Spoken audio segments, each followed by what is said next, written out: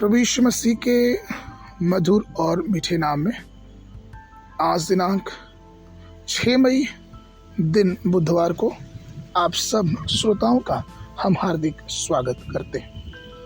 आज के दिन के लिए जो वचन है वो लिया गया है भजन संहिता उसका 16 अध्याय 10 पद। क्योंकि तू मेरे प्राण को अधलोक में ना छोड़ेगा, ना अपने पवित्र भक्त को सड़ने देगा। प्रियो, आज का विषय है नरक पर विजय पाना।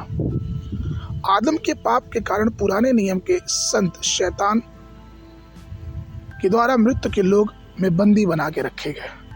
इसलिए याकूब भी दुख से रोते हुए कहता उत्पत्ति उसके 42 के 38 पद में कि तुम मेरे पके बाल को दुख के साथ कब्र में उतार दोगे। दाऊद भी भजन संहिता उसके 18 के 5 में कहता है अधलोक के दुखों ने मुझे घेर लिया है। अयूब भी इस बात को कहता है अयूब 17 उसके 13 पद में कि अधलोक ही मेरा घर है।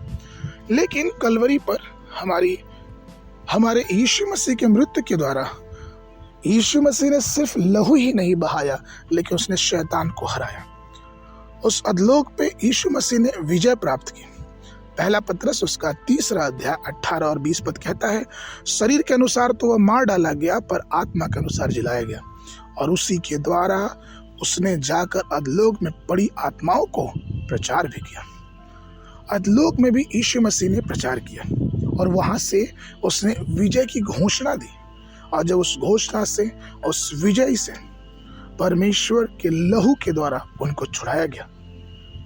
पुराने नियम के विश्वासी जो पाप ढके तो गए थे, लेकिन उन्हें पूरी तरह से शुद्धता नहीं मिली थी, अर्थात उन्हें छुटकारा नहीं मिला था।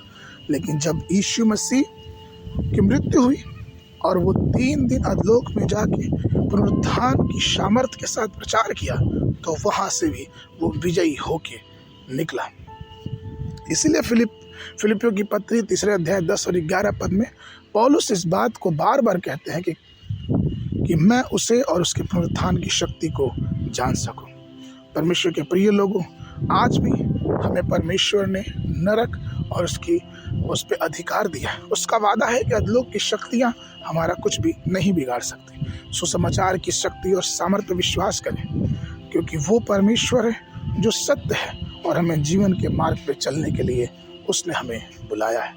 आगे के मनन के लिए प्रकाशित वाक्य पुस्तक उसका 1 अध्याय 18 पद। मैं मर गया था और अब देख मैं युगानुयुग जीवित हूँ, और मृत्यु और अधलोक की कुंजियां मेरे पास है। बाइबल अध्ययन के लिए सुबह के समय 1 राजा उसका 21 और 22 अध्याय, संध्या के समय लूका रचित सुसमाचार 23 अध्याय 26 पद से लेकर 56 पद तक। परमेश्वर आप सबको आशीष देवे।